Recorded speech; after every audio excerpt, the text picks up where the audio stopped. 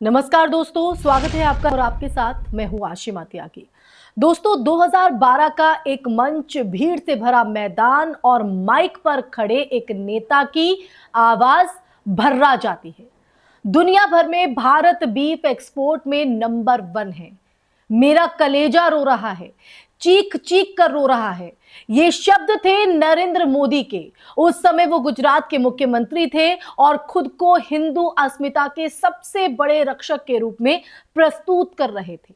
जी हां, प्रस्तुत कर रहे थे।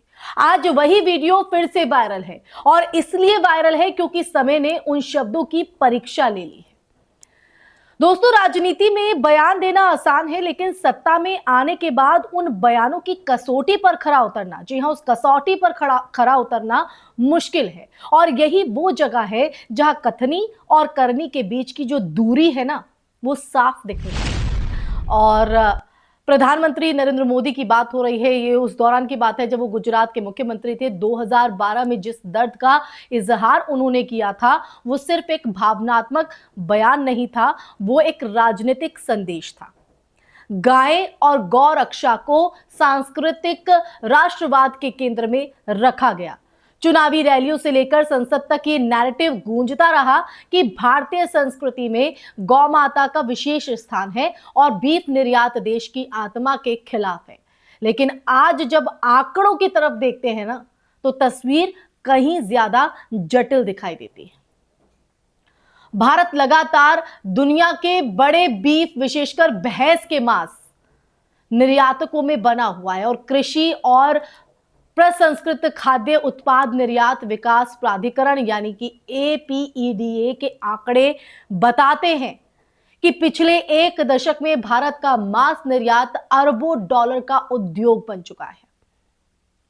अब यहीं पर एक और जो तथ्य है वो सामने आता है। बीफ एक्सपोर्ट्स से जुड़ी कंपनियां अलाना ग्रुप की तरफ से सत्तारूढ़ पार्टी को करोड़ों रुपए का चंदा देने की जो खबरें हैं वो सामने आई और रिपोर्ट्स के मुताबिक इस समूह ने भारतीय जनता पार्टी को 30 करोड़ रुपए का योगदान दिया। अब ये जानकारी सामने आने के बाद सोशल मीडिया पर सवालों की बाढ़ आ गई है। दोस्तों, जिन मंचों से बीफ निर्यात पर आंसू बहाए गए थे, उन्हीं मंचों से उन्हीं सालों में उस उद्योग से जुड़ी कंपनियों से राजनीतिक फंडिंग स्वीकार की जा रही थी। ये विरोधाभास क्यों?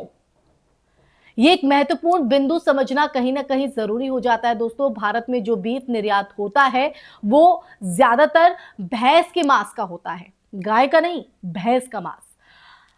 कानूनी रूप से ज्यादातर राज्यों में गाय के वध पर प्रतिबंध है, जबकि भैंस के वध और निर्यात की अनुमति है। लेकिन राजनीतिक भाषणों में ये सूक्ष्म अंतर जो है अक्सर गायब हो जाता है।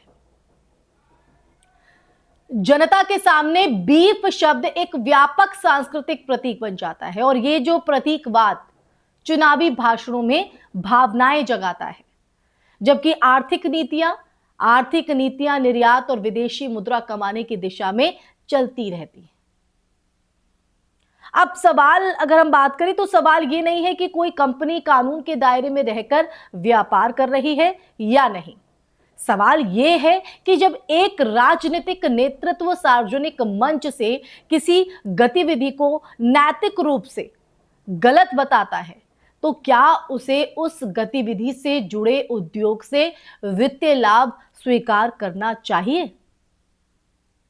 लोकतंत्र में दोस्तों राजनीतिक चंदा जो है वो पूरी तरह वैध हो सकता है, लेकिन नैतिकता का प्रश्न वैधता से बड़ा होता है। पिछले 10 सालों में भारत का जो मांस निर्यात उद्योग है वो लगातार बढ़ा है, उसमें लगातार इजाफा देखा गया है। वाणिज्य मंत्रालय के आंकड़ों की अगर बात करें तो उनके मुताबिक ये उद्योग लाखों लोगों को रोजगार देता है और विदेशी मुद्रा अर्जित करता है।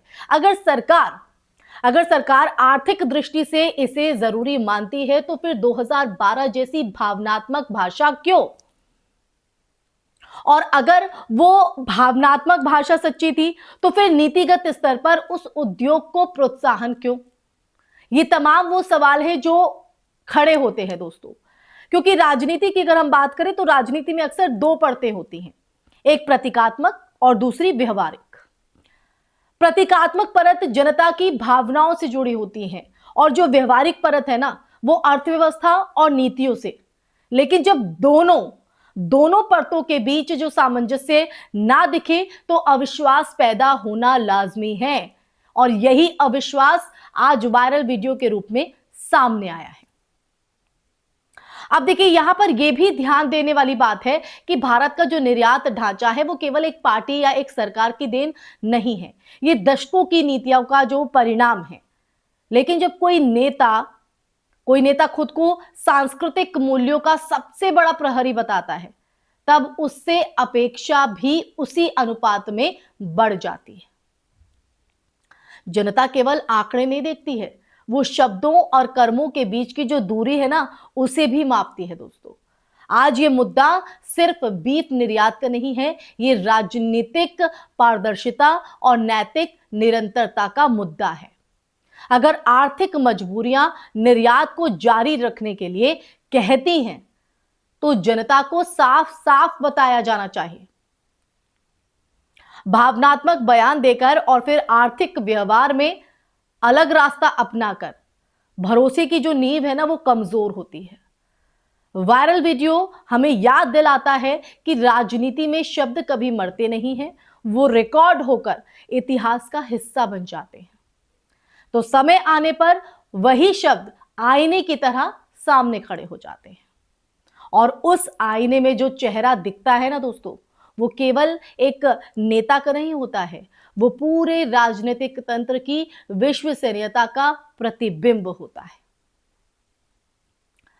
तो इसी प्रतिबिंब को कहीं ना कहीं हमें समझने की जरूरत है। अब इस सच को आप किस नजरिए से देखते हैं, कमेंट सेक्शन में कमेंट करके जरूर बताइएगा। साथ ही ये वीडियो कैसी लगी, इस पर भी अपनी राय जरूर साझा कीजिएगा दोस्तों, और इस वीडियो को ज्यादा से ज्यादा शेयर भी कीजिएगा ताकि देश का हर नागरिक इस सच को जान सके।